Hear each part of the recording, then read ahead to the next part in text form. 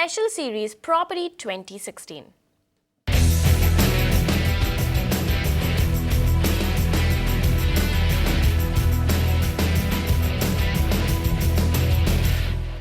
Now, this week we kicked off a special series on what your government has in store to make your daily commute faster, smoother and easier. Like we keep mentioning on this channel, we at Magicbricks Now will get you updates on all the major infrastructure projects that will get going in 2016. As always, we will focus on our 4 core markets: Delhi NCR, Mumbai, Pune and Bengaluru.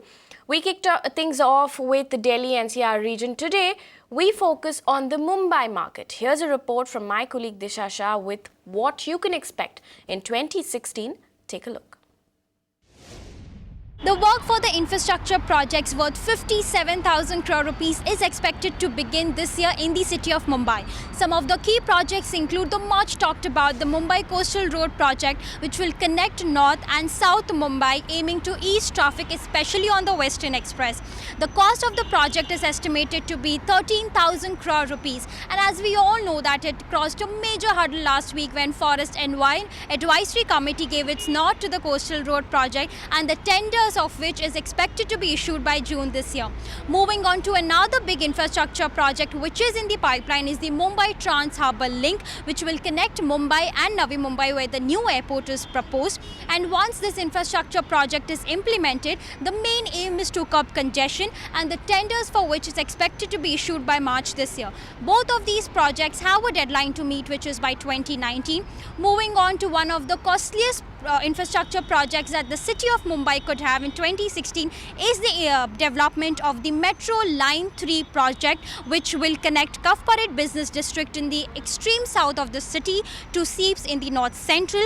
When completed, officials claim it will be the first underground metro line in Mumbai, and the cost for which is very costly amongst all the infrastructure projects, which is 23,000 crore rupees. And the main aim is to reduce road congestion, besides reducing the load on the western line between Bandra and Churchgate. And lastly, Mumbai Metro Rail Corporation, officials claim that commuters in the city of Mumbai could start using the new metro services by 2020. Alright, to give us more details about Mumbai's metro connectivity plans, we're joined in live on the phone line by Ashwini Bhide, Managing Director at the Mumbai Metro Rail Corporation. Thank you so much for joining us here on Magicbricks. Now, first question to you. With 3 metro projects in the pipeline, tell us how this will improve connectivity in Mumbai. As we all know, the suburban rail connectivity is basically north and south, and east-west connection is always a problem in Mumbai. Plus, suburban stations are also generally distanced at 2 to 5 kilometers. So, in the metro, actually, it reaches to the areas which are generally not connected by a rail-based transport. So, these 3 metro projects, one which is being done by Mumbai Metro Rail Corporation and other 2 which are being done by MMRDA, they are basically aimed at the areas which are not properly connected by rail-based transport, and they will open up new areas and bring them on the rail connectivity. All right, Ms. Bhide, also the Colaba to Seeps Metro will be Mumbai's first underground metro rail. Tell us a little bit more about this. I would say the first underground corridor of Mumbai, and probably the longest underground corridor of the country. That is going to connect almost 6 CBDs, and most of these CBDs are today not on the rail network. So that is basically going to improve the connectivity and bringing more convenience and comfort to the commuters of Mumbai. All right. Also tell us how these lines will feed into existing transport networks. Mumbai Metro Line 3, which is the Colaba to Seeps corridor, that will get connected to Central Railway, Western Railway, as well as the existing monorail and Metro Corridor 1.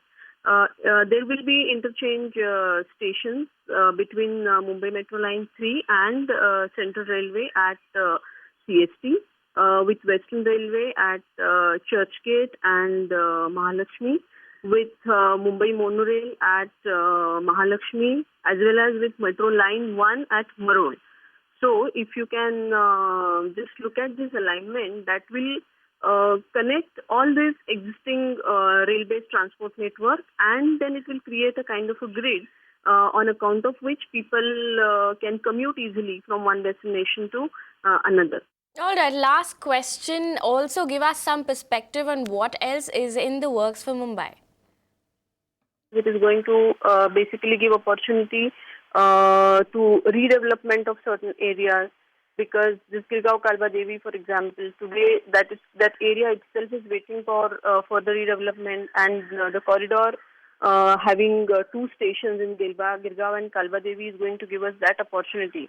Plus, this is almost a 23,000 plus crore project, which is going to create a lot of employment opportunities as well as opportunities for many local businesses. So, because this kind of investment over a period of 5 years, that is definitely going to trigger the economic activity in the city. All right, Ms. Bide, thank you so much for joining us here on Magicbricks Now.